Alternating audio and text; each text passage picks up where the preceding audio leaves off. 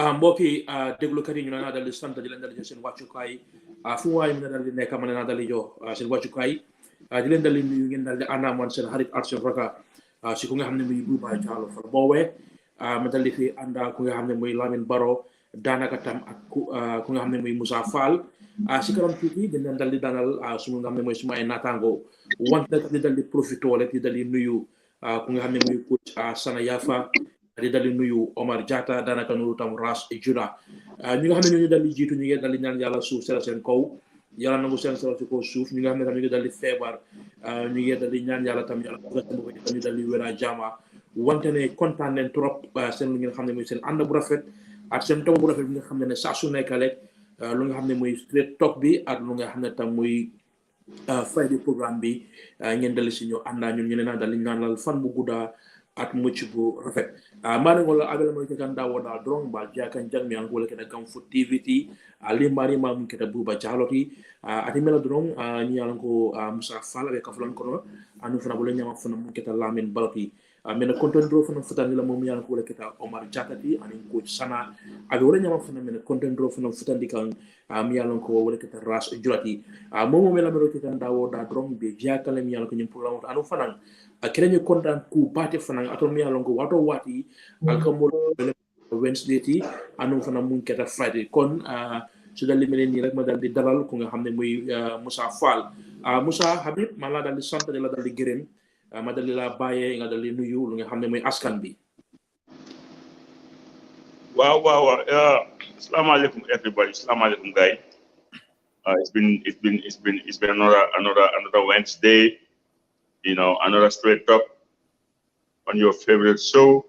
#Know Your Gambian Football. We are back here with a lot of things to talk about.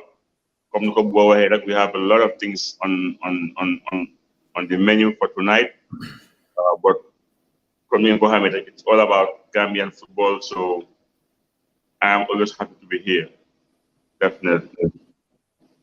And Blama skip, sir. Blama skip. Mangi demon sirani second division game at the stadium Wagadu FC. You play at Kanifing East, so it was goalless. She started, and then I understand the Ports not play at Biko 7. I'm not game of Warner Model or is about to start. In Jara, I'm on the Jara Derby, Diba Oil at Jara West. So in fact, I was supposed to be there. Why small to be the pan? So but I wanted to be there.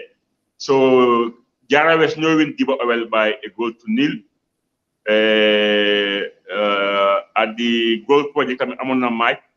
When I jump the no massacre PSB Wellinger 4-1. Nobody saw it coming because PSB are really doing good. They are on top of the league. While Tedal jumps the then la dolen 4-1. So they little more help in our football. So after you find out the Ports because health stand right now. In fact, I was happy the CGMB our Scorpions team manager told Drame no understand si my bi and ñaari tubab yo xamne they were working with national team. So I was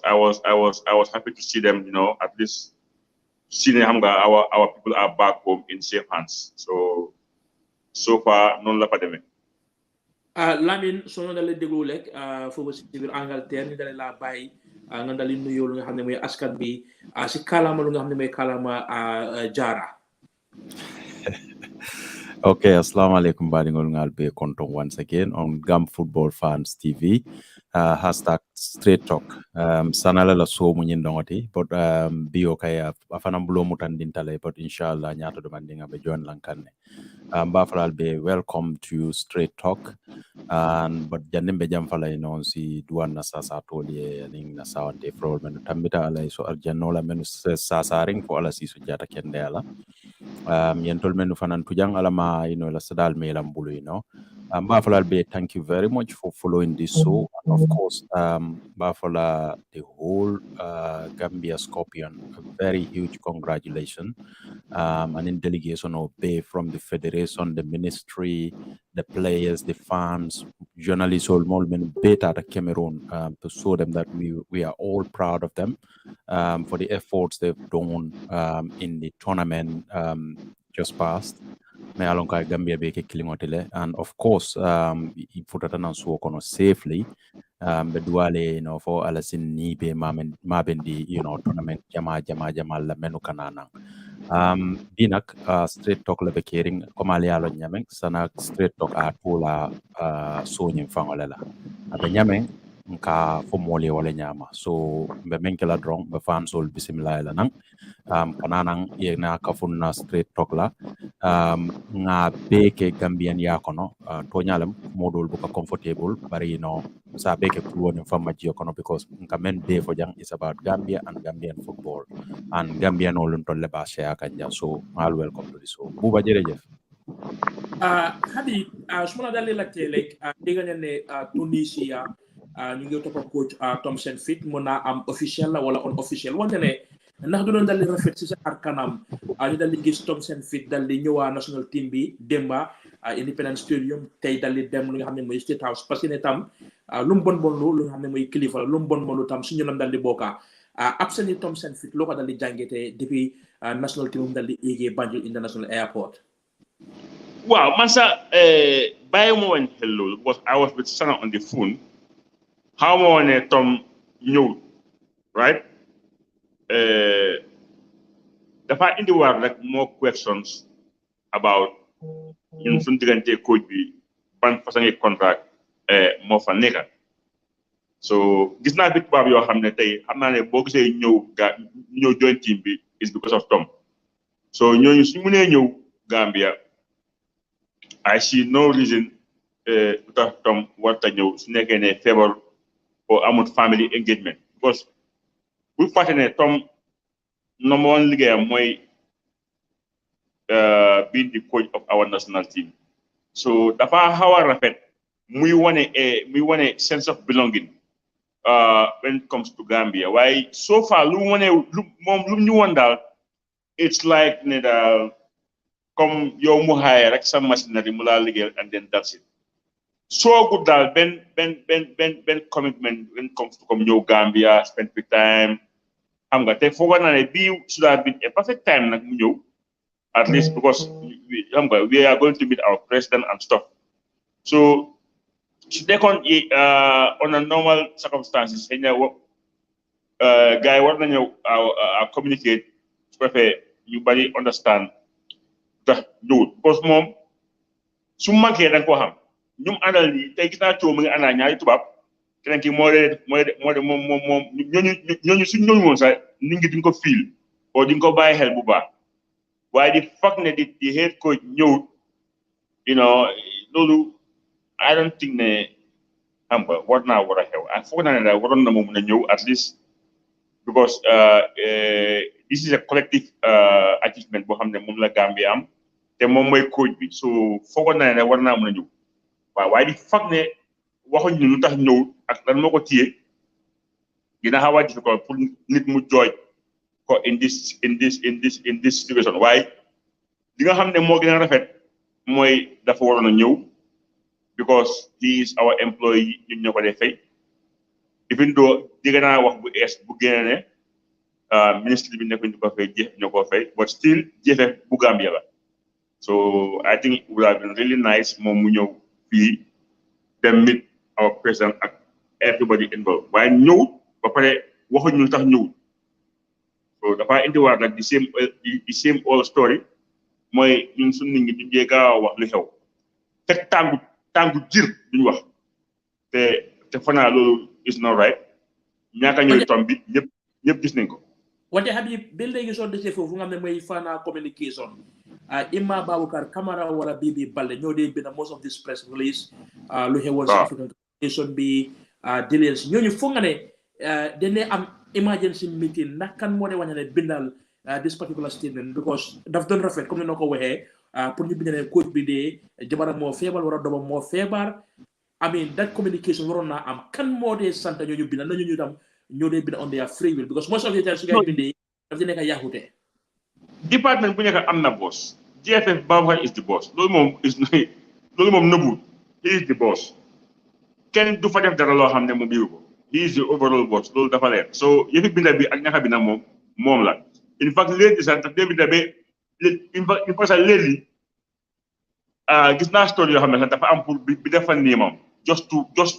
for people to know ne moom la te loolu foo moo ne loolu jar na ko because admin la rek waaye am na yoo xam ne you know he will put his name across so ñëpp xam ne GFF Baboucarr is the boss when it comes to communication so waaye Baboucarr tam am na boss you know moom tam am na boss waaye daal to make it short daal Tom waroon na moo ñëw Gambia mu ànda délégation buuba loolu moo gën a rafet Lamine Baro su fekkee ne yaa ma dal déglu mun nga ma wax yaa ngi Lamine démba bu national team bi dal ñëwee nekkutoon si bëccëg guddi la woon wante taxut doole tam fan si tam bi léegi tam feesoon neen just the outside the premises of the independent fii Banjul International Airport ñu dal di jaajëf Tira Diop comédien bi tam bu dal di see taxa rip bu dal di gis ne tam daal welcome bi tam nekk na lu nga xam ne neex na noonu dal di jàngee lu nga xam ne mooy welcome boobu xaaji guddi boobu démba si biir Banjul International Airport maadaama nekkutoon bëccëg nekkutoon suba parce que ne Monday ñu bari wàcce leen liggéey ñu bari sol leen seen ay Gambian jaasi paye mairie yëpp bugg a xaar gaay wante yàlla dali dogal wante démba nekk na guddi lan na nga foog ne place yi yëg nañ ko lan na nga foog ne fédération bi yëg nañ ko lan na nga foog ne tam askani Gambie yëg nañ ko Buba, thank you. Matontu la si soose rek. Tonyalam Skopje la alhamdulillah ifutata Cairo kono Gambia. Bar komi ya fanya Buba. Opportunity le Mr. J. However, we had a very, very successful tournament. The tournament was absolutely brilliant. At the end of it, Alaftaka overshadowed with these logistical affairs, Purukana, ka Skopje Murundi na Gambia kono. Yes, you know, Tonya, I was upset personally. Bring Namoy, bari yalong koku, you know, satanya fulale katrala. And of course, from when the thing happened, Turgali and Anang, player Jele, Enila own side of version of the event came on Facebook Live. And then, you know, Nata Minister Fananje, a communicator. However, Manta, I'm not going to go too much into that for now. I'll let you get to that question. But it shows that Gambian were hungry to receive their heroes. Even at 1 a.m. or maybe 2 o'clock at night, I was struggling. I had a little pain at night. And then I got up, checked my phone, and I saw, you know, some media houses are on live Facebook welcoming the Gambian players. It's a moment, you know, it could have been even bigger, you know, and it could have been absolutely brilliant, you know, because everybody was waiting to receive these boys. And of course, they deserve every single bit of it. But unfortunately, you know, sometimes school bukate nyama, and then we can all debate you know, but unfortunately, what happened, you know, you cannot go beyond that. But it shows how much the Gambian people were hungry to receive these boys, to have this history in our nation, and then give them the deserved welcome Yemen deserve, you know. So yeah, I hope, you know, moving on, you know, we will have we'll have positive ones, you know, in the future, inshallah. Bari lami comme ni Habibi afa nyamete drone nga jele funan ko Thompson fit nga jele ko Malawi imurtale la bankoto Equatorial Guinea fana imurtale Sierra Leone imurtale banko ma balbi je imurtale hani bi Senegal fonto bi molbe fitila Dakar mo fitila dawo da drone ibe la taranga of the Lions ibe sewo dika ibe celebrate kambari nga koreselo fana kele ko ka fule ko Thompson fit maje aya singolo mo yan ko wala kedum gamide mo yan ko wala kedum lumbati kon nya cross kon Thompson fit akamabe gene donator ko Gambia ka play Independence Stadium bari pulling furang yana anyana kan nyanya le bang a chato fongo yitara je fongo hani fongo ay message fongo ke comme ka kenya meto ala Instagram ka foko a be do tole kono wala sa do je bari be content do fudana banu Gambian mo mbela yimo so ko bo jabi je Buba, that's a very good question, and of course, yeah, for Nyameng, Anyanta Kela Ole Nyama, right? At least even a short video message to say something. However, I was watching Paradise TV's coverage of the welcoming of the Scorpions at the State House, and I heard the president of the federation saying, for some family reasons, that's why Tom did not make it to the State House. As far as I know, Ngawale Lonje. But after the end of the tournament, rumors also started like a fintika for Tom, Banku Dolba Jibe kan Purka Kela coach. Now, Naman Nanang, of course, it's gonna raise more questions, more questions all Kala. People will keep saying, oh, Yamre Memfo, Banke Tonya de Bank. Because I fell in coaching in Timo Manano. So, like you said, a short video message or, an explanation. Tom Fong likes to speak to people. He loves it. It's just of late that he's been restricted by, according to him, and of course the communication department boss Babukar Kamara. You have to go via them to talk to Tom. So from then, we could not have that direct communication with him. But Lamin me kuntu fong alama ala ke kuntu but something Tom fong man nje imam ko alaji sar wala nyana ka kenundi the assistant coach wo fong nyana ka down State House auto atala nyana ka fanang ka timo fong lead ka fintinang Banjul International Airport because fanang community nyame to don ka ke ning again ning order la doku dula don imam ko ate fanang alaji sar at least he could have been the face of the national team. Kajina independent airport to Anning State House. No, Buba, that's true. But you know how our things are. When it comes to glory, everybody wants to sign. Tonyalem, Alaji Sar could have been a good fit. Katimo lead from there. But of course, Ntolamol Kalafile, Ning glory bedame we want to sign. That's just us. So yeah, for Nyamenga Bebetala no Wanyama, at least Alaji Sar to lead the team and then go. Or in fact, even he doesn't lead the team. What Ngamem Fanang Korosi on the press conference or the welcoming at the State House is that after the president spoke, perhaps Mabe Jibe, but after the president spoke, president of the federation, Lamin Kababajo,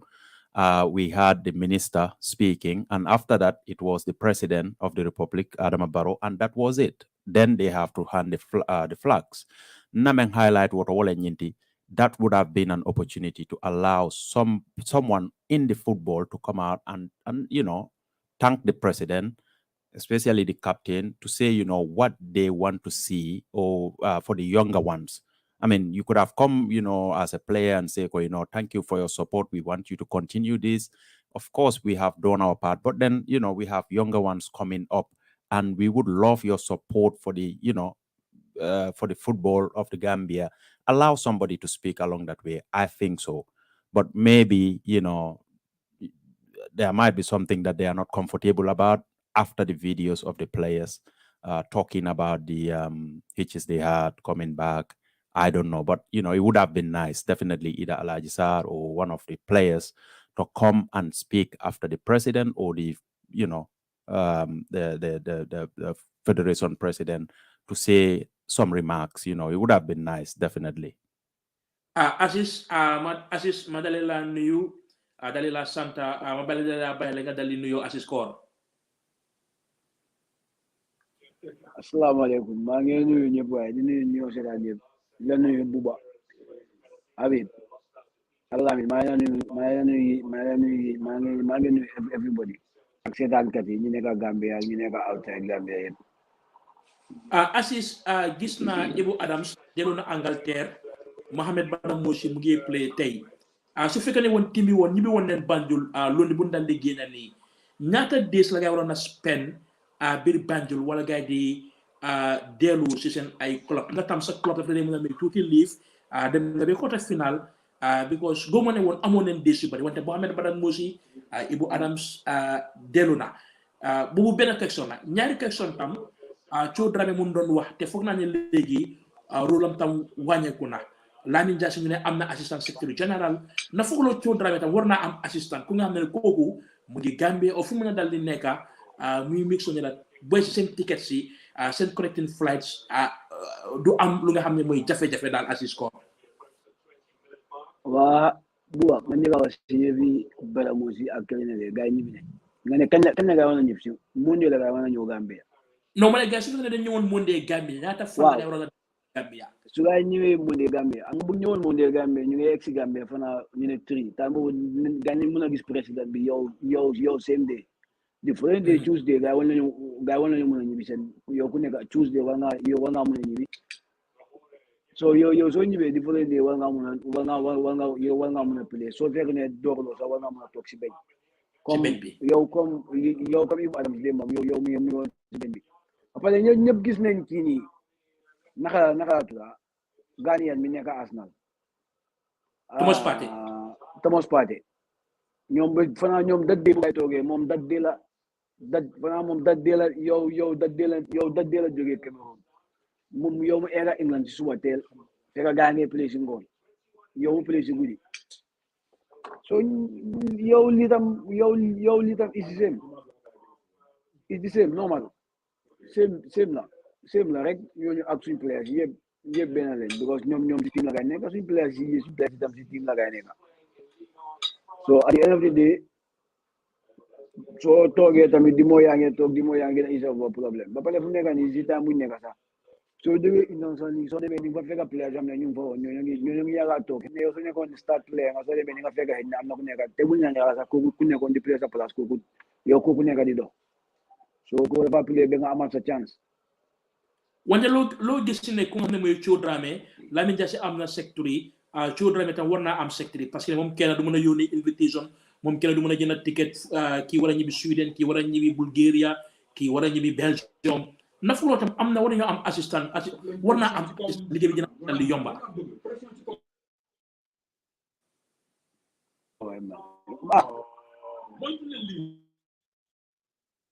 waa assis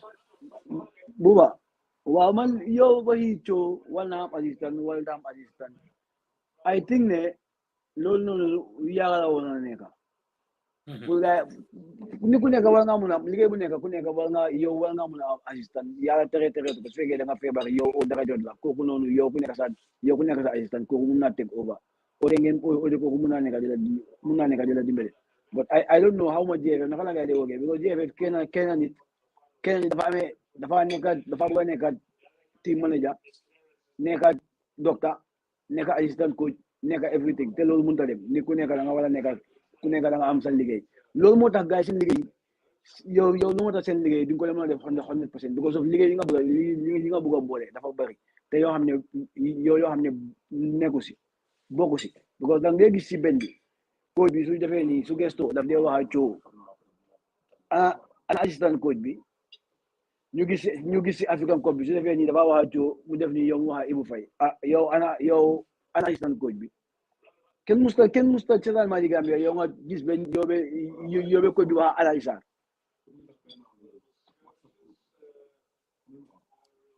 Habib Fall coach bi war naa isi lu nga xam ne mooy technical report te technical report boobu sax yàlla tere Ibu Faye moo ko waroon a dal di read parce que mooy boosi Sang Dong Sang ñu ne laajte neen Sang ndax bëgg ngaa dem Sang génn neen mu ne du dal di dem ñaata teewe yi Sang ak technical report bu nga xam ne amee nañ ko African Cup of Nations kan moo ko war a dal di read na askan bi tam mun nañ see dal di teg seen boppam parce que ne Gambia Coaches Association ebale nañ fa woon nga xam ne mooy bataaxal ku nga xam ne mooy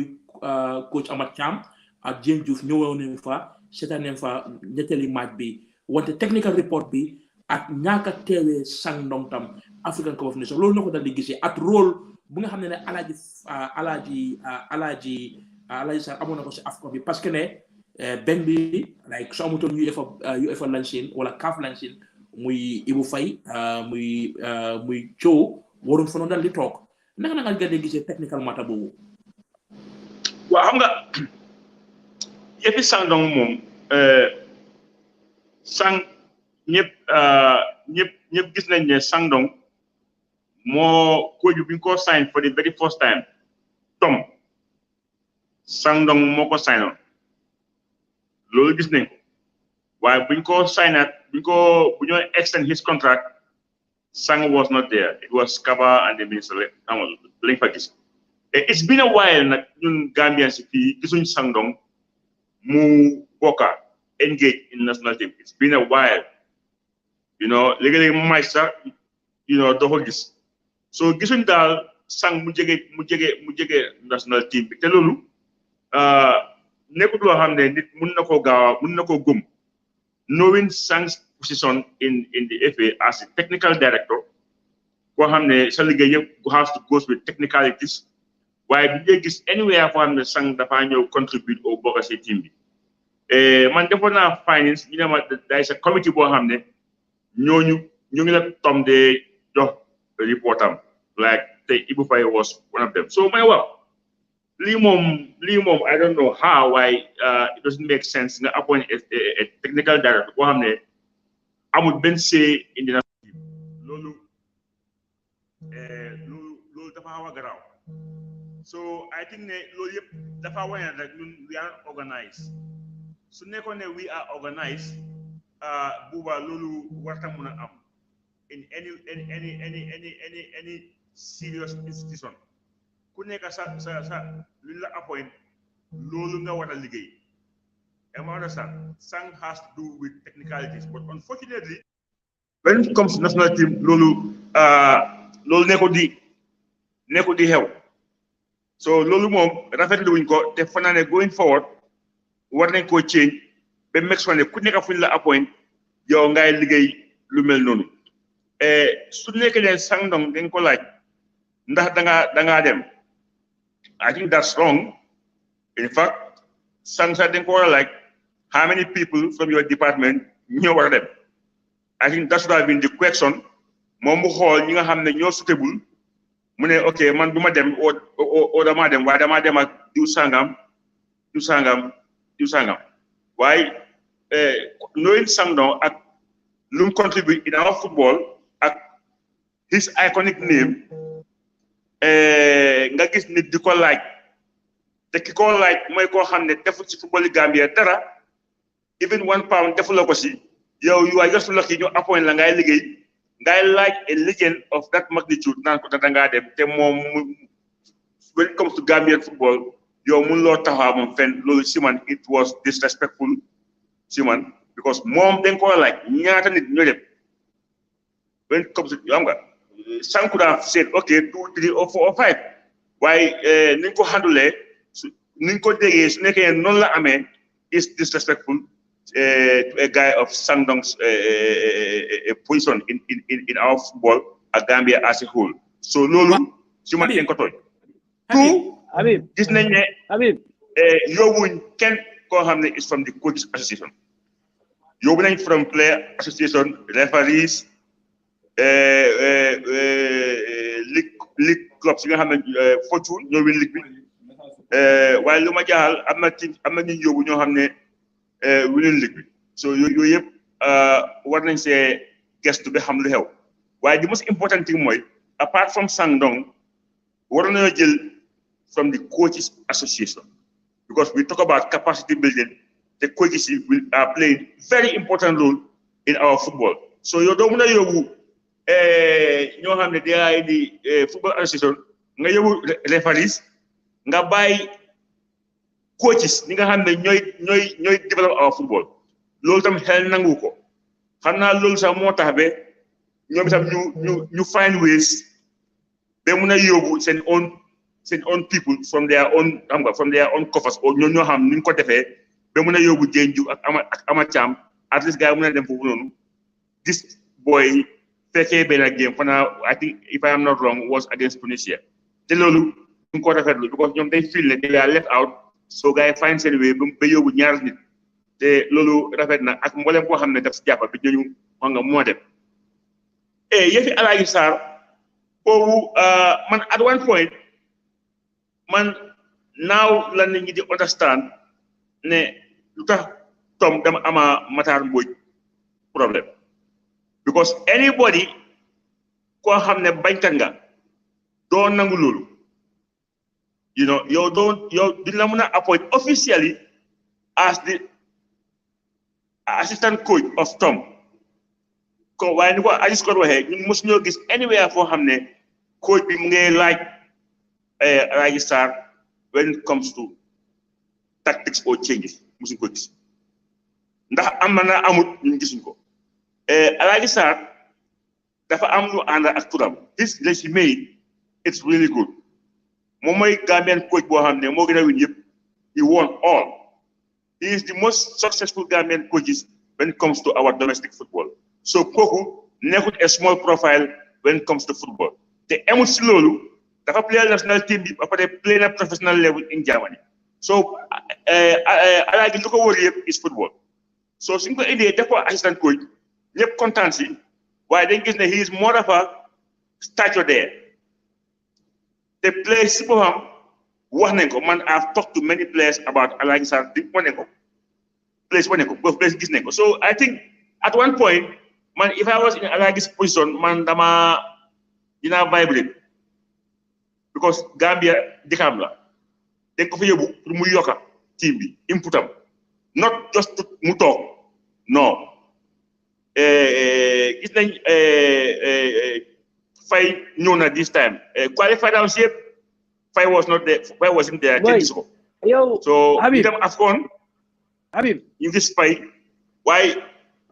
Buba all of you were there in Cameroon Buba so we were thinking that one of you should have asked Fay this question directly then gis loo xam ne mënuñ ko understand the whole qualifiers yow bañ togguloo fa waaye gis nañ ne si tournament bi nii yaa ngi toog bañ why but none of you did that so moo tax ba léegi we are with this unanswered question dañ ko waroon a laaj because loolu man mënu maa wane warta am de but we need to know why because already am nañ assistant coach mu ngi fa am nañ goalkeeper coach mu ngi fa so lu tax moom moo toog foofu noonu baaxoon na yéen ngeen laaj ko Gambian si understand why because right now nit ñaa ngi debate no war na faa toog waru faa toog no am na nu fa toogee but still boo gisee ñun bu gisee sori bu baax ñu ngi xaar nit ñi ñu laaj ko loolu noonu so the fact that he is back to Gambia ñun ñu fi nekk we will find time to ask that questions because we need to know why was Fay on the bench ak moom lañ gis ne moom moo gën a engage coach bi when it comes to analysis yaa ma diga gisuñ fenn foo xam ne Alaaji Sarr onin ko pour mu joxe xalaatam national team bi so dem na ñëw na at one time Alaaji tam waroon naa bañ because ni ki tam your personality defines who you are so boo gisee Matar ak coach bi ñu amoon ay texa yiis la bokka danga faa toog duñ la laaj so I think going forward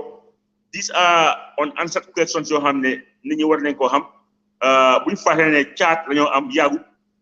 it's just we are in February te loolu maaj la yàggatul so xam naa ne daal yéen moom daf xëy na daf leen escape but the fact that Mr. Faye mu ngi back home so xam naa ne ñu dañ find time to ask him pour mu leer ci bopp nit ñi lan moo ko jox ci man mu toog ci benn bi throughout the AFCON Habib foog naa da ngaa juum su fekkee nga ñëw journalist yi daf leen escape because technical department booy wax noonu maa ko njëkk a wax sangane ne Ibou Faye mooy seen boss foofu yow coach yow tubaab yoo gis tey si stadium bi tubaab yoo gis ñooñu fédération bi boo xam ne ñii mooy lii mooy seen rôle ba pare boo xam ne lii mooy seen fay so I think fédération bi su mën na ñoo ñu ne ok Mr. David Mr. Peter lii mooy rôle am bi lii mooy Jerusalem mun naa am tournament bi rek la moo dal di xam nga maa dégg mun naa la ko bontuwaat. waaw maa dégg. waaw ma ne soo bëggee attaque Jerusalem da nga dafa unfair because man maa wax sama ne Ibou Faye moo nekk bossi sang moo nekk si technical committee bi fédération bi ñoom mun nañoo génne ñu ne ok tubaab yi Tom isi Tom mu ngi isi tubaab yow depuis Portugal awaat ñoom 5 in fact ñeneen sax kenn ki kit mën a jëla ñeneen xam nga mun nañoo ne ok Mr. Peter Mr. Ricard lii dañ ko signé for this tournament wala for this match nangam nañ ko dale fee so dafa difficult si communication bi ñëwtee from the federation part pour nga ñëw si judges because Ibu Faye moom bokk na fa bëgg fa dafa def boppam because he's a technical man loolu am dal di jàppa wante Lamine ma ñëw si yow rek Lamine maa ngi non Buba debate bi nekkul ne comme xamude debate bi mooy si ban tànka la fa toogee loolu la ñoo why is he eligible to be on the bench that's all ko waxuñu xam na football non lu tax mu toog si bench bi loolu la Gambia si laaj ko xam Ibu Faye xam ne Ibu Faye is into football all his life so xam na football coach na play na football waaye kenn mosu koo gis si bench bi since coach bi ñëwee so su fa toogee dafa ees si ñun is something new not only me but fans around our football so nit ñi li ñam laajte mooy how comes already am nañ assistant am nañ number 2 Alagi Sarr but we still have him te moom nekkul just talk he was fully engaged throughout the tournament. Habib problème Buba. Yes. Xam nga lan mooy problème bi more than 2 years Ibu Faye moom Ibu Faye moo leen à top technical director moom lay attaque si yow si code bi sang amul dara lu mu dee def ak sang xam nga lan la lay def sang li mu ne ay football development xale yi nii yooyu la sang li sang bañ na ko ba fanaa fële la am office yow si goal project bi foofu la sang office am bi nekka si goal project bi la sang bi gën a nekka so Ibu Faye moom leen def si living bi waaye yéen li nga wax si benn Gambia bi dama fa daan gis fa Moussa Cissé ngeen maa wax yow Ibu Faye Moussa Cissé daf daan toog si benn bi di Moussa Cissé daf daan toog si benn Gambia bi si yow si AFCON bii nii si AFCON bi da nga am Aliou Sarr da nga am Moussa Cissé da nga am Marom ba pare nga am tubaab yooyu noonu ba pare nga am Thio so ñun ñëpp ñoo daan nekk si benn bi ñoo ñëpp a nekk si benn bi. waaw Lamine ñi me moy kon comme ni kunung ya jele non play sol natale nun yela balamba yitandi ila frustration yi ka foko ila klopol fanan wolki mako bakole anu fana islota fanan ka moy la klopoto inata ka fintele imo woro ila nyanto len pour ye finti bara seke no fanan by that time they were tarnishing the image of the country comme ni ila nyanto len they have to come and speak but captain bi jele nu bari nga jele captain o ay backstep tale because captain ya fono moliko wato do bi ay kaba kanela no ke yini ka ila match bom sola wala sa bi fanan kunum amana ka diamu because nga jele fanan chudrame fanan nga moy ka aka fo gale ko mun kita ndati mun kita toloti mun kita bubati ibe police lale ite nakla national team wala sa kunum imanda moy imon tollo moy but ite ñing ko mun kara anu fanan nata fanan ka president bro la studio jibele nga moy aya foko je abe bolo se ka foko dilen so tan je bot this situation pressure ye na ye diamu damit mi alon ko sa international media RFI Al Jazeera BBC Daily Sport hani Senegal la bi defo ibe Gambia fenge ka ndolla quarter final appearance no fengo fo mum be play no je just a 6-minute video fanan ite ñu video ko yakra ñaari le anu fana be mu tija wala fana na def fo ijigete ko ñu play sol they will come back to the national team players like CSCB Modou Baro kata Lamin Jallow ijigete ba wolbe na la tombe ko or if in this federation they will call them what punishment is awaiting them comme nga fa ñanto ila ñanto lay bari isa ñandi no ite mun karam ko to Buba, thank you very much. Yalong koku fanang tanya la bala. Like you said, it all move on sun kebal leti and ika fanya me la nyantol lem. Bari mia korosi before the tournament kujamal lebe tamakanno. Jumala fango genadi ya muta on the video ntanga mem follow back is Ibrahim Sohna. Atela voice faraman sata jele. Yes, you are right. Nda manna toldo manna. But of course, CB was doing the live video, but Ibrahim Sohna was making the lot of, the big amount of the talking point was him. Yes, Najibe Kufulala, before the tournament, we never hear Ibrahim Asona making that comment. Purka, federation or anything that goes wrong, he was never into it. He was not talking about them. So after the tournament, this thing happened. He was happy to come out and sit in front of the cameras to talk about it. Why? Okay, perhaps maybe I feel like, I have nothing to lose now. I've achieved everything I need to achieve. So for his part, maybe that's not, he's not going to face a lot. But dinde mal menu beduma, of course, asken we punishment also because na kuol kono jama menka mol bali diamo la wala nin diamo tarek asken ata punishment also. So I hope they will not hold it against them because your frustration all sort of more nenga ko sort of kono mabo too much and aman silo sort of asambala nyameng at the end akata explode and I think that's what happened yesterday. It could have been managed better. Yes. Me kunto de bari ya mere num itala timo Chelsea alla boso pantalon don tema ya mere plesol ba ibe commenso kala wala to fongoto like the issue of social media wala to plesol kala full use because if you normal be plesol ka lik num tawli be campo kono no is it no. Yes, with Chelsea, yes, you are right. Perhaps at a killer, but they have set up standard. Yes, standards will set many alonko. Player nata you will follow them. Did we set those standards in Gambia football? I don't know because Nadamaji are communicating to Momoy. And of course, players all they know the consequences, but why did they come out and talk and and made those videos? I don't know. But then the other side of it as well is after the video, the minister came out also did another video. Aka ila claims or dolbije aka all ake by you can see it both ways. It's unprofessional, but sometimes near more of post, fad na kita back, they will come out. I think there could be proper communication between them and a professional way of doing it because it almost senior one all let in. Because at the video when Ibrahim Sona was talking, some people were also talking underneath. It doesn't look any organized to me. I would think as players, as professionals, they could have, practiced that as well. But then I hope this is a lesson for all of us, to learn from this, and of course, better prepare for another time to avoid things like this. I think they could have organized it in a better way, and then get some leaders.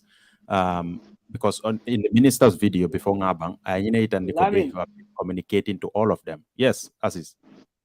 my bad. Hamalda duñ am leader. Because of ñoom ñen seen biir dañ waxoon before wax bi génna man soo gisee gisuloo fa ñoom daa gisuloo keneen wax xam nga olof mu ne soo gisee yow suñ dobin ree sa maam soo gisee lu ñuul da nga yow da ngaa daw ñoom daa ak ñoom tolloo dañ génnoon gars yi ñëw wax ñu jël seen texte gars yi doon texte dañ ko jëloon gars yi dem texte ko coach bi loolu moo taxoon ñoom daa gars yi am problème soo gisee this time gars yi ñëw gars yi bañ a wax ñoom soxna ñoom seen boppam ñoom gars yi ñëw génna gars yi ñëw wax waaye léegi ñoom génne nañ wax waaye comme ni nga ko waxee seen wax bi bu ñëw wax fi ki nga wax si gannaaw ki nga wax si suuf dañu war a ñëw gars yi génna gars yi wax according to ñoom lan mooy problème bi because of ñoom tamit bu gars yi génne bu gars yi ñi génne nañ ak mer ñoom ñu ngi mislead ñu bëri ñu ngi joxoon gars yi xaalis ministre bi gën a si na wax na ne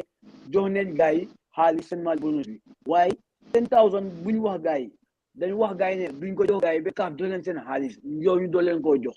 ñoom bu gars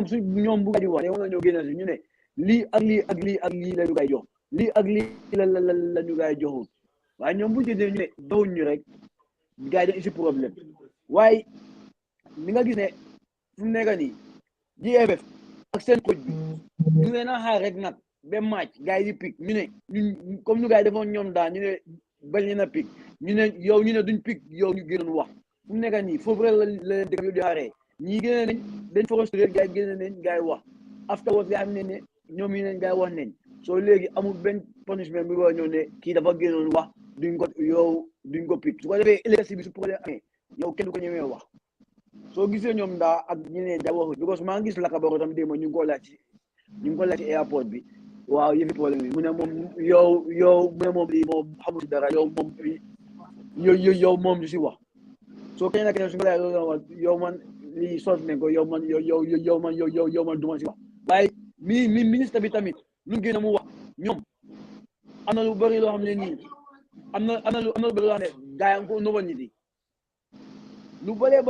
su demee bi si kanam si programme bi yëpp dina génn because man démba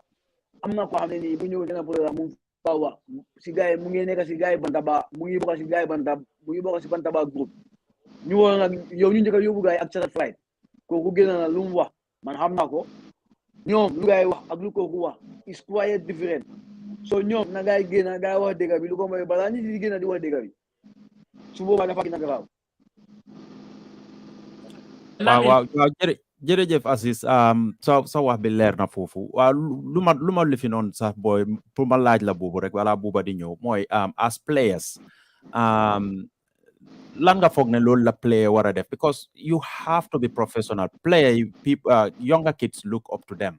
te démba we can agree on or disagree on whatever the federation or whatever these people do player tamit the way they came out and sat on that Facebook and did their complaint I think, in my opinion, it's very unprofessional. It's not showing a good sign for the younger players coming up. You, as a former player and as a professional, how do you think that should have been handled? Wanga diga, amon la you naka problem you amon and they were not done properly. And of course, they point fingers at them, have to step back a little bit. But as a professional, nakanga fogne dol nañ warona handle li at least people hear them. Well, xam nga su nekkee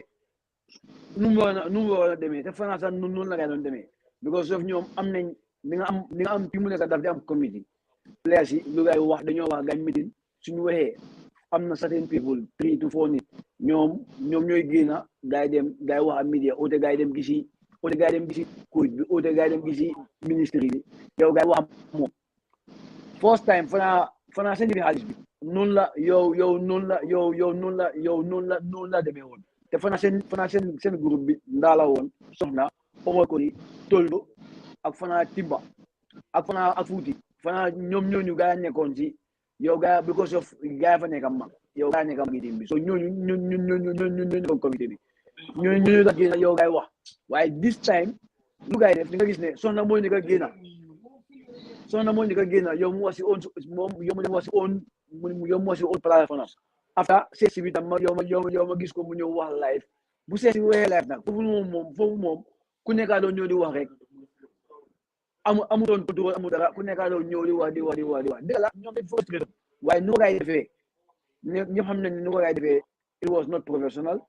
mënoon nañ koo def mu gën a professional man moom si suma gis is good ñoom ñu gën a di wax lan moo leen lii man si man sax dafa na lii yow dafa yii daf dee baax ngeen gën a yow ngeen wax because of ñi su gaay gënu doon wax démba daay wala tolay di konte tey gaa ngi Cameroun su gaay gënu doon démba gaay wax di konte ba tey gaa ngi des Cameroun ñuy wax gaay tey ëllëg suba ngoon te Lamine gis nga gaay Bantaba groupe bi even that day bu gaay demutee because am na players yoo xam ne nii gaay dañ call gaay di wax ñoom di la gaay ndax mun nañoo duñ leen baalal gaay ñoo jël ba après si la gaay wax gaay ne ñoom am nañ flight boo xam ne mun na leen ñoo jël si gaay wax si la gaay dem wax ak seen gaay ñu amee logistique bi ñooñu ne leen ne non suñ gaay mu ngi ñëw ba pare yow gis ne players yi am na ñoo xam ne dañ dem ba jënd ticket bu gaay xamee ne gaay yi ñibbi gaay dañ dem jënd ticket pour dem si suba gaay yi ñëwaat ñu leen ne non balaa ngeen jënd ticket yow ñu ngi dem ngoon ñoom nag loolu mooy naaj ngoon gaay demuñ so gaay yi lu seen ticket si ba pare gaay yi demuñ ngoon ba pare di follow ba pare ba tey gaay woo gaay yi correct time bu gaay yi dem xam nga moo nekk lu Habib doon wax fii nii information dafa war li gaaw ñun loolu si point da war li gaaw a génne information bi ñu wax ko ñi su ko defee ñu xam ndax ku nekk xam nga man tey laa war a dem su ko defee su ma ko suma club man dina ñëw Tuesday waaye soo ko sa club mu ne ko yaa ngi ñëw Tuesday te yow mu ne da nga war a ñëw Gambia dooloo dem te yow jóge gulo Cameroun boobu da nga am problème mag ay fine mun la see fekka mun na lu bëree bëri daal yow mun na la fekka players nag man dama fa na yow loolu moo leen teewoon that frustration yow boobu la gay amoon moo tax gay gina gay def loo xam ne yow dafa unprofessional. Jërëjëf Buba, you can take over. Waaye balaa ngaa dem rek Buba ma banturi si soose rek after ma allow la nga ñëw mooy this is like a Gambian thing. I would love to talk to the federation, the footballers, everybody involved in this mess. Communication abuka korekula. You know, we communicate, and just because this happened, we should not, you know, like punish other people who came out, like give them a punishment in the future games. It's not gonna take us anywhere. It has happened. Dale, you know, moment kuno ye. At the end of the day, what we all prayed for was for them to get home safe, and Alhamdulillah, they are home safe. Let's all learn something from this and then move on. I think that's the way forward. Not like I try, you know, from the drag learning you know, ka player take victimized wala because they came out. There is a reason they came out, and maybe you feel your side of whatever you are supposed to do, and of course they could have also handled it in a different way, but they didn't. So let's move on, and of course in the future let's try and communicate. That's the only way forward, in my opinion. Buba.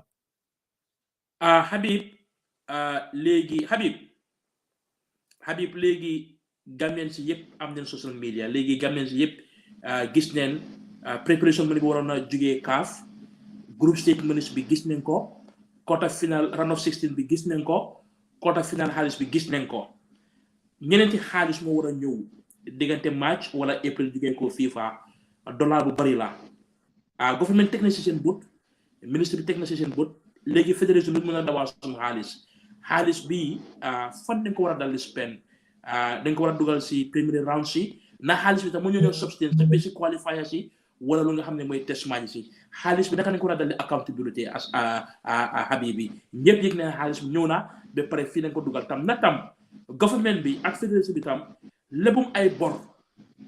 pour daldi koo fay parce que daf dee daldi am yenn saay ba pare tam like match bonus si tam because ñu ñëw ne jotagum seen $10,000 ndax match bonus si tam warum di ko announce ne suñ wiinee lii ñu ngi fay pledge yi $3,000 su gars yi droyee parce que bu leer parce que pledge seen boppa du la dee wàññi tamit seen match bonus national team bi toog na fi 8 months jotul seen match bonus wante xaalis war a dali jógee CAF parce que ne Gambia yi nga na côté final fan nañ ko war a dali dugal naka la si ñëpp war a dali xamee fan ñëw na ak fan na moo dali dem Habib.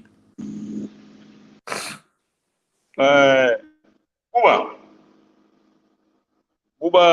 bala dama ko jël one at a time si li ngeen jógee ñi bu naa see yokka tuuti mooy about players yi ndax ni ñu ko defee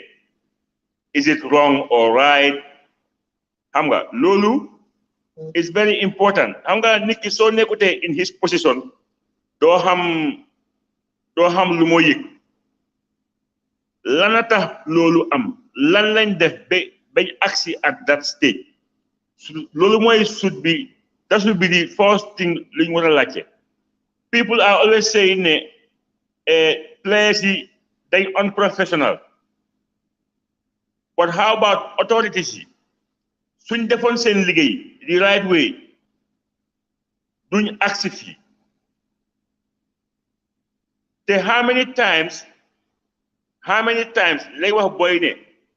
pack your things, you guys are going tomorrow. Man am na screenshot evidence yoo xam ne read naa ko yoo xam ne am na players yoo xam ne they were supposed to go home ñu leen no you guys stay, we leaving tomorrow. Authorities yi suñu defoon seen liggéey the right way buuba lii du agsi fii so ñi nga xam ne they are friends of the authorities o seen mbokk yi ñoo fa nekka ñu leen a jéem a defend loolu yóbbu ñu kanam nit ñi li ñu war a wax mooy lu tax authorities defuñ seen liggéey. Gambia mooy the only country bu dem Cameroon muy am problème yi ñibbi out of 23 countries ñëpp bañ buñ toogee dañ ñibbi in peace kenn déggu leen ñun ñooy the only country bu fa dem toog coow toppañu so buñ jéem a use boy as scapegoat di wax ne ni nga ko defee du yoon ak yooyu noonu da nga war a xam fan lañ tollu bay aada foofu noonu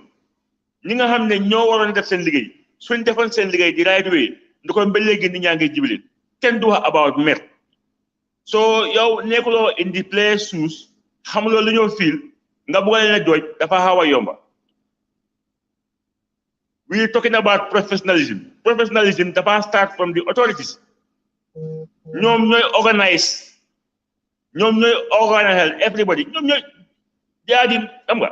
ñoom suñ defee seen liggéey rek yëpp a yomba seen liggéey su baaxee yëpp baax na seen liggéey su amee tuuti problème rek dafa indi problème you know di wane waaw ñoom soxna ñoom Lamin Jallow ak bla bla loolu boo gisee other players ñëwuñu wax nekkul ne they are happy other players ñëwuñu wax because of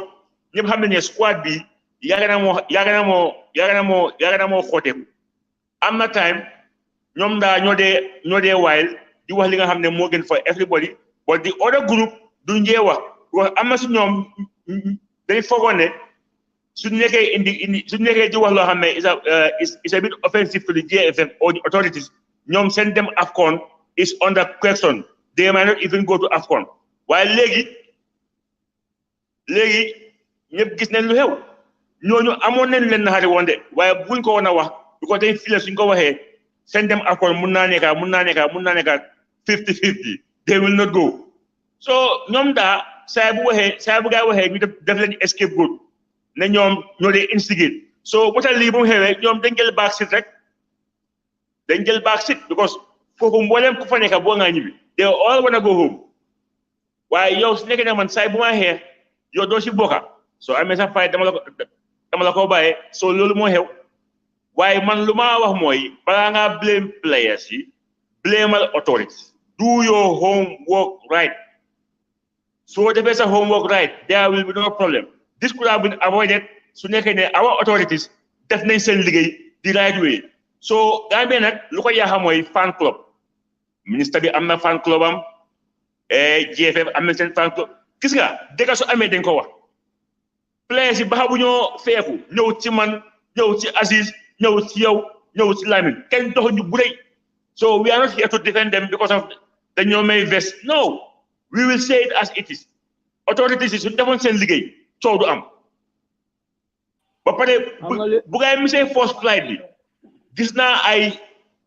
message yuñ share si players platform bi di leen wan ne we are flying the next day players bi keep asking are you sure we gonna fly tomorrow man gis naa ko gis nga mu ne ko I am sure guys keep asking are you sure because some of them gonna fly to Dakar and then Dakar to Europe ñoom ñoo leen convinced to sit and wait so ñi nga xam ne amuñu access pour déggee loolu nañ ko teg easy waaye noonu la ñu bañ koo yóbbu society politique because of yow yaa ngi support ministre o yaa ngi support combo koo xam ne mu ngi si kasu non demeewut na lii Gambia la ñoom suñ defoon seen liggéey di right way problème du am booy dinañ naaw ba pare gis nga sooy wax loo xam ne óoru la waxal ne I am not sure but so leen waxee ne we are flying tomorrow it's confirmed 10 a.m. put your bags down 12 p.m. we are leaving the hotel 2 p.m. we are flying man gis naa loolu yëpp and I have some audios in my yoo xam ne it's very confidential so bu jéem a escape use boy as scapegoat démba these boys ñoo ñu wital ba put Gambia where it is today ba ñëpp di ñu yuxu so bu jéem a daas away that triumphant performance bu ñu def loolu yàggu de Gambia nag dafa gaaw a fàtte all of a sudden ñu ngi bëgg a fàtte ne we were in the quarterfinals because of boy they put their sweat Gambia moo tax fii du dee mun a am hero loo fi liggéey dinañ ko fàtte déema yaagut about a week ago lañ fi door Guinée door fi ñëpp dem quarterfinals koto yi ñoo indi problème bi because ñoo defut seen liggéey suñ defoon seen liggéey booy yëpp time bi they are playing in their respective clubs nañ waxante dëgga dëgga la ñoom team bi they could have done it a bit better comme mun na noonu gën a organise but the fact ne ñoom it they are divided moo tax loolu mënut a am because under normal circumstances ndaa moo ko waroon a lead ndaa moo waroon a toog players yi behind him mu wax noonu la waroon a demee waaye because of squad bi there is this unity among themselves loolu du mun a am because ñi wax tey nii démb soo leen ooyee ñu wax duñ na nga wax kenn du wax su ñoom waaye tey xam nañ ne ñeneen ñi xam nañ ne seen disa nombat tey nag sol nañ di seen normal t-shirt bi nga xam ne man foofu laa leen dam xaar mboobu lañ sol mboobuñ sol tey moom lañ yaagaa war a sol waaye manipulate nañ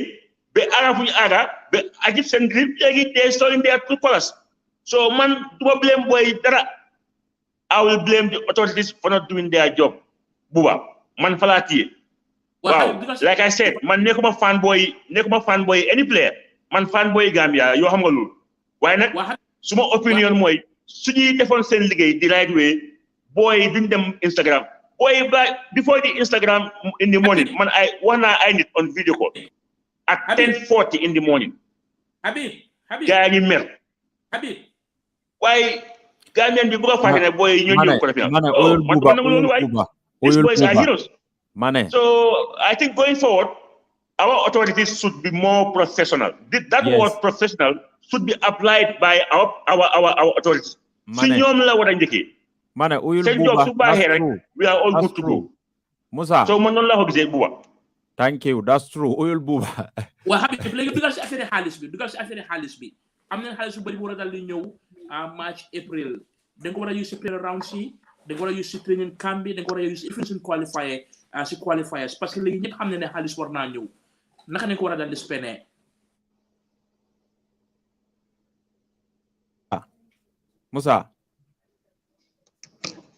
Musa yaa ngi dégg Buba I don't think Musa can hear us Musa su dee yaa ngi ñoo dégg soo log out nga combat he wasn't hearing us I think that's the problem harama yónneel ko beneen link rek waa affaire xaalis bi léegi xaalis ñëw na préparation bi group stages bi round of 16 bi ak quarter final ñeneen ci xaalis war naa ñëw xaalis boobu tam léegi government wala ministre bi teg na si botam yow teg na sa bot te xam nga ne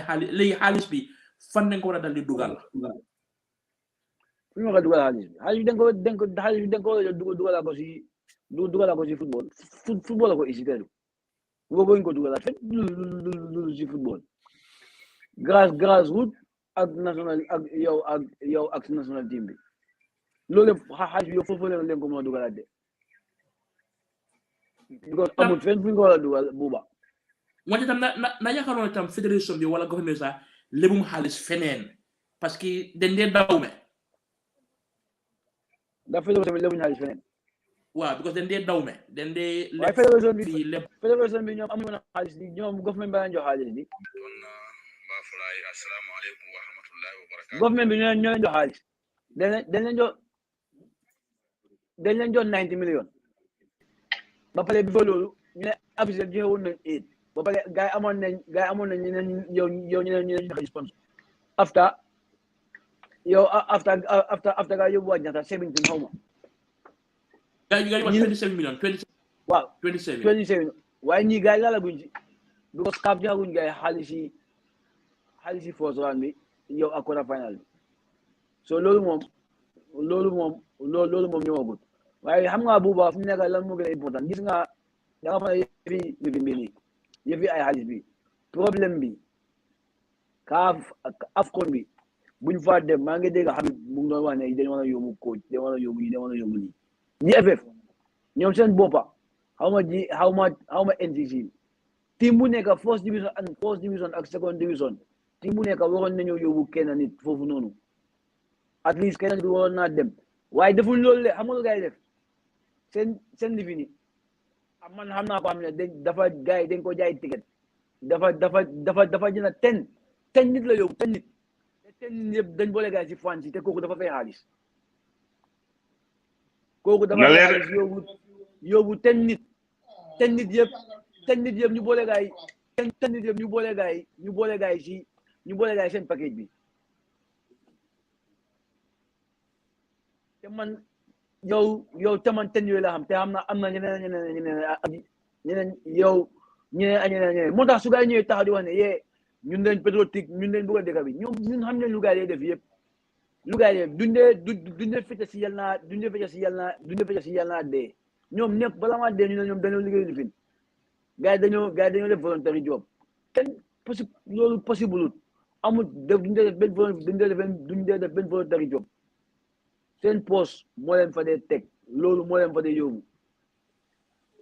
xam nañ lu gaay def yëpp mu ngi suñu digg loxo yi su gaay génnul nag ñu wax nit ñi nañ génn ñu wax everything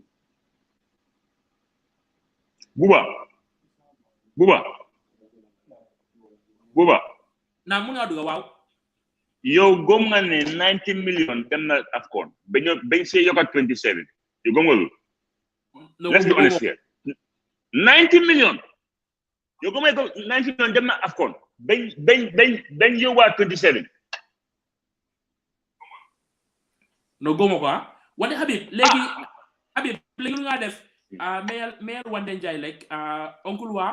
so noonu dala déglu like lan leen fi tombo yu am solo players yi Habib mu ne bundal li jàppa scapegoat players yi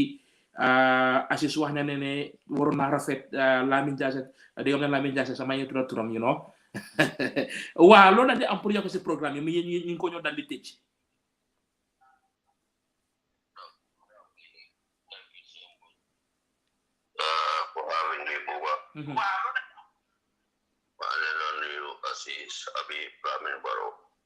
ñu la fay tey monsieur Sanga dafa daw waaw sana xam naa jëf yaa ko laa yaa de man do Assis ak Habib ñu doon wax interesting waaw I think that ba li ne sal doon ñu fi time ba ñaan am senior team players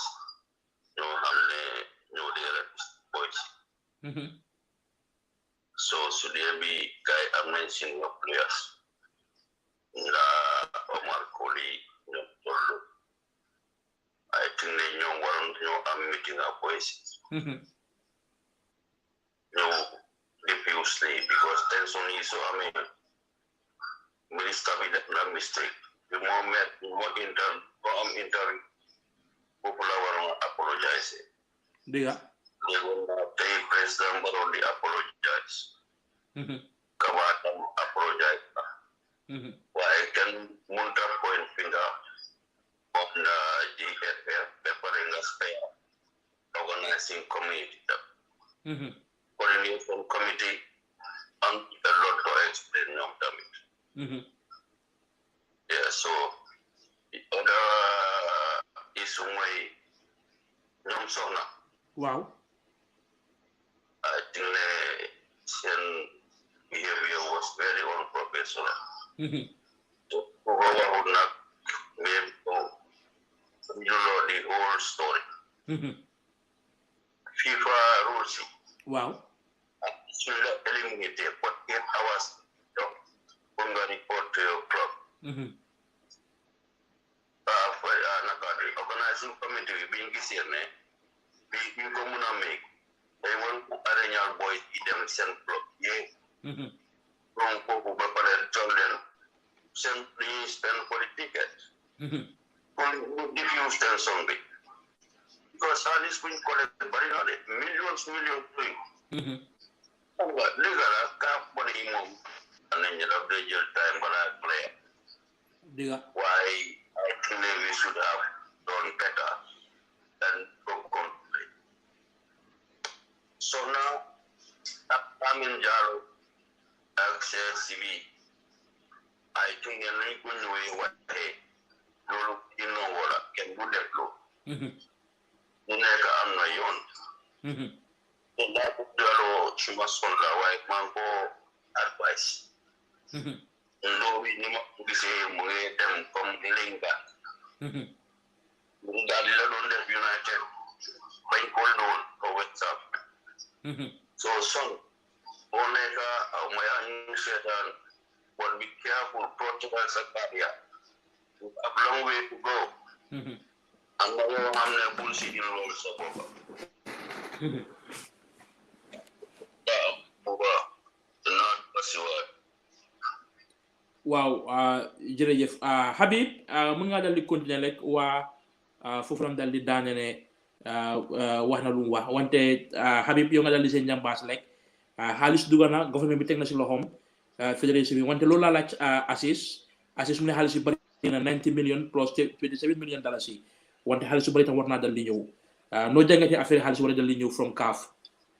waa na leer rek boo gisee xaalis di am boy play so am nañ ci cër boy si am nañ cër si xaalis boobu so comme que waxoon nañu ne ku nekk dina si am $10,000 so su xaalis bu ñëwee rek na ngay maintain loolu players yëpp ku nekk am sa $10,000 xaw ma nag ñaata la ngay promise coach bi ak backroom staff bi waaye anything loo xam ne moom la ngay agree about their bonuses su xaalis bi ñëwee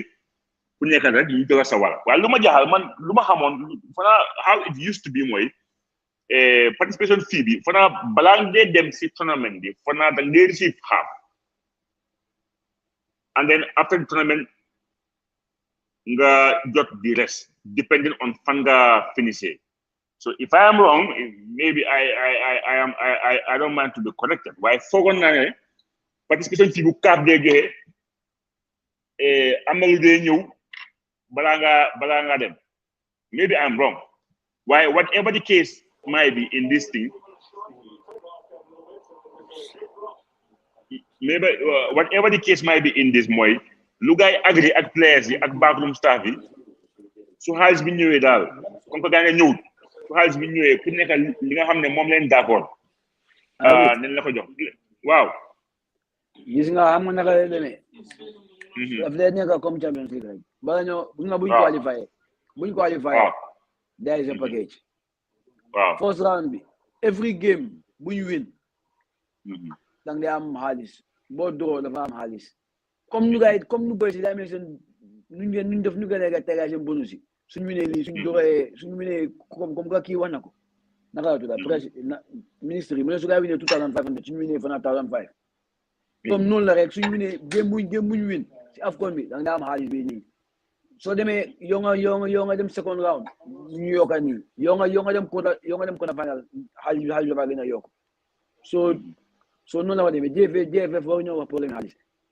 yow fu mu nekk nii moom waruñ fa ñëw di wàññi di problème xaalis après maa noonu dégg buuba bi nga doon yaa ngi wax coach bi am na tennis ñu ko oo coach bi bu Gambia qualifié rek bala ñu dem si AFCON bi coach bi mu doon ut job South Africa su amoon job South Africa bi du gonte Gambia duñ ko gis Tunis su fekkee ne loolu dafa taxaw su congrégé 100% Gambia nañ kiss goodbye kii dafa kiss Gambia goodbye ne mu ngi dem ñun ñëpp nag kenn xamul contrat bi lan moo si nekk te loolu moo gën a saat ñun Gambian si xamuñ kii ban façon contrat lañ ko jox xamuñ lan moo nekk si clause yi xamuñ lan moo nekk si dara man dama xamul lan moo tax ñu di nëbbu mel ni ñoom moom yow ku amee sa club di ko waxoon te yow nga xam ne taxpayers money si leen di amee yow li dëkk la yow li nekkul sa bos lii ñëpp a ko bokka dafa war a transparent ñëpp a war a xam naka la lay demee comme que léegi ministre bi comme que léegi ministre bi am na sañ-sañ yi génn ba taxaw di ñu wax ne players yi li ma seen bonus yi moom tamit ñu ngi ko ñaan na génn si wax ñu ne coach bi li leen ko dee feeñ ak lii moo nekk si contrat am bi nit yi mun koo xam. waaye Aziz dégg nañ fi something lu ees loo xam ne man expect ma ko woon because wax nañ ne coach bi ministre of sports government du ko dee fay JFF ñu ko dee fay xaw ma ndax yow dégg nga loolu. ka ma wax loolu yow. loolu ñu wax ko Spotify Monday bii nii. kan ma wax loolu noonu. Bakary Jammeh was there Bax mu ngi woon Spotify. ba Bakary yow Bakary Jammeh nga ma wax. man way Bakary Jammeh. no way Aziz no way déglu de loud and clear du ministre banque. loud and clear ministry bi xam nga since kañ. non lu ma miin mooy su nekkee lu ma amul war nañ ko mën a wane gars yi mën nañu ko kawanta. ñoo ko kawanta ndax ñëw ñu dégloo Bakary Badji bu ko waxee ne boy si yaa ngi wax ni social media mu ne moom sax moom yëgul lu xew because of moom taw doon loolu mu ngi tal yow mu ngi tal li fi na yow mu ngi tal naka la boy si ñëwee kooku bu nekk nii suñ ko gisee rek ko mën a laaj loolu noonu because of non lu ma miin non waaye Gambia soo waxee Spotify prime time radio la oncle Peter Gomes moo fa nekk Spotify Gambian si yëpp ko dee déglu soo waxee ne foofu soo fa waxee ne coach bi national team coach is paid by JFF not otherwise loolu ñu si woon moom aar na foofu bu yàgg ñoom ñëpp dégg nañ Maya. So su neexee lu ma wax su neexee lu ma am ñoom mën nañu ñoom def leeral because fu nekk ñi ñu ngi jamono leeral affaire si dafa war ni leer gis nga ministre bi leeral na about xaalis su booy di am so léegi su booy léegi it's up to the boys ñu confirm loolu waaye suñu waxee ne national team coach bi jeexal ñu ko defee loolu is a breaking news to me and to many people because ñëpp dañ foogoon ne government ñoo ko fay because soo bàyyi xel bu ñu ko jox this 5-year contract the minister was there in Congo waaye ñun liñ foogoon dafa mel ni ak luy am du benn. waaye Habib man still now I doubt that xam naa ne GFF moom tri gota bi yëpp ay sulu bukki la ngay def soo gisee yëfi flight bi ak yow ak ñii ni this naka la ñii tuda sax this Gambian company ñoom Bax gars yi bañ a jox gars yi contrat bi because of dañ ñëw fanaa ñi jox gars yi seen cost ak everything gars yi ñu nekk seen logistique bi gars yi NDC bi ndax gars yi yokka ndax gars yi mën a am seen compte ñu ne non ñoom duñ def loolu moo tax gars yi bañ a jox gars yi contrat bi ñu dem yow gars yi uti ñeneen gars yi dem uti ñu ne dem ba Cameroun ut fa ñu ne Cameroun yeneen compagnie bàyyi Gambian gars yi bàyyi Gambian yi ba pare dégg naa ministre bi mu ne ñoom dañ fay compagnie bi 100% yow nga fay nit ki 100% mu yóbbu la too yow ma la isiwaatu la léegi ñu ne bëgg a ministre bi mu ñëw xel man nanguma loolu sax contrat boo sign léegi daal ministre bi nañu ñëw mu woon Gambien si yëpp ne contrat bu ngay sign ak mu ngi fee nañ xaalis bi léegi yëpp war a leer ak kon bi na yow nay leer Assis jërëjëf Lamine ñi bula drong me bula jam fana mu yalla ko lekere jumoti fanang jumo exclusively be Gambian Ligo jibe la first division and second division because nga moy ko estila sobe nakang in fact malo muntu malen wo fana yensal ko aseke no real de bañu fon la next match ita play no la but bi mu ne kila ila final word si drong den be programme kum fala. Yeah, Buba, thank you. Not only the local league, but of course we all know the Gambia can play, and you know, Musa is always at the stadium. Mbe, you know, alone the stadium all condition is not the best. I hope, you know, exactly. I hope, you know, the AFCON is over now. You know, something need to be done because we've got this one out of the way. Nkadole mira kotake, you know, yeah, 2023 is it Burkina Faso, yeah? So we need to start working on that. How do we work on that? Ivory Coast. Ivory Coast, exactly. Ivory Coast 2023. And of course, you know, we are working towards that one. But then there is a lot to be done in Gambian football. Stadium, everything is just going away. Buba, you were saying something? I was Ivory Coast. I didn't want to enjoy. No, I'm going to Ivory Coast. Cameroon is not Cameroon is not nice. Ivory Coast, I'm going inside. Go. Look, say we have a month or so. Here I'm confused. Looking at the state of our national stadium, SD is playing this weekend, and then Jesus is coming as well. Yes, and if this stadium is not closed earlier, expect us to play our games in Senegal or Bissau or anywhere because the state of the pitch is unacceptable. I was there just today. I was there. It's really bad. So I don't know how they're going to do it, but they have to close the stadium as soon as possible to allow the grass. Because today, Jalibadi was telling me, Jalibadi was telling me, go. He said, if they start watering the stadium, marijuana will grow there. He said, I swear to God, popcorn, so, and he said, the moment they start to water the stadium, marijuana will grow. Because Nyominkas have been there all this while, so it's okay. I wouldn't be surprised. Hey, but look, they have to close the stadium now. If they don't do that, I doubt we'll play at home. Because March is here. February is just 28 days. I was here. So we need at least 6 to 8 weeks, maybe. I don't know what's going to happen. But you know, the last time I sent you some photos from the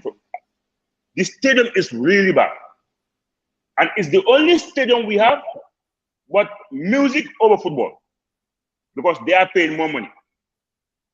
They are paying for 75 or for 100,000 or so. So they are paying more money. So they're giving them the priority. And the saddest part of it, despite all these artists and wrestling happening at the stadium, the state of the stadium from toilets to anything is crap. Now you ask question, where are all those money that these artists and these promoters are paying? Because if you go to the stadium's toilet, you cannot even use it. It's bad.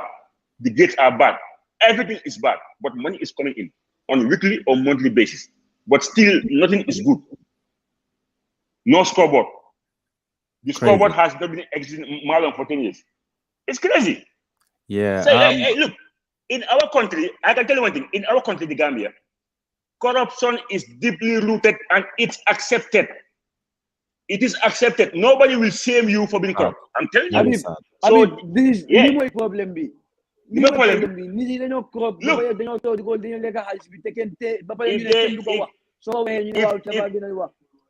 If you are taken to court because of corruption, the entire your fan club, everybody will go to the courthouse and defend you. We are defending thieves in this country. So what do you expect? What do you expect? It's everywhere. But I'm telling you, it's everywhere. It's everywhere.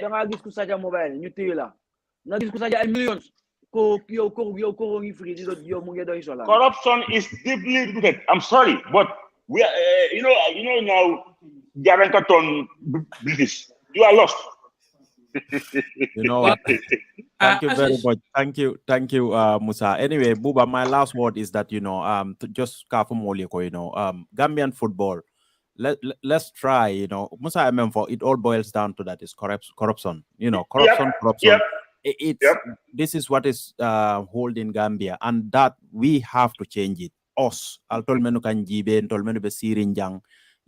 all have to join together and change this. We will keep talking. You get out of there, because once you are there, we are going to talk about you. That's the fact.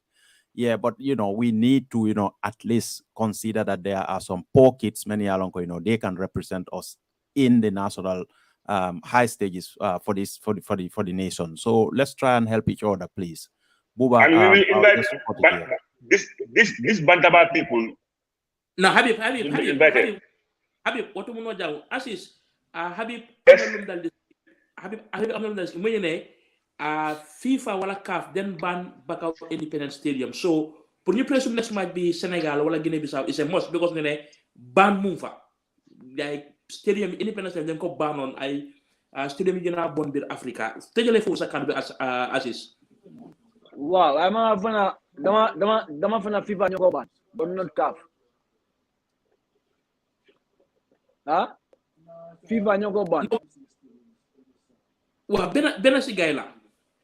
FIFA ñoko ban. FIFA Africa almost for now three quarter stadiums yeb la gay ban. So Gambia was it ay Liberia ay yeb la gay ban. So CAF ban ko. Why CAF suñ ko ban la luma gis ci bobu non national team ñu wal fa play. Loolu la ba rusul de. Te both male and female ñoo fa play. Both male and female. Wow. Te man lima nekk di gis foofu noonu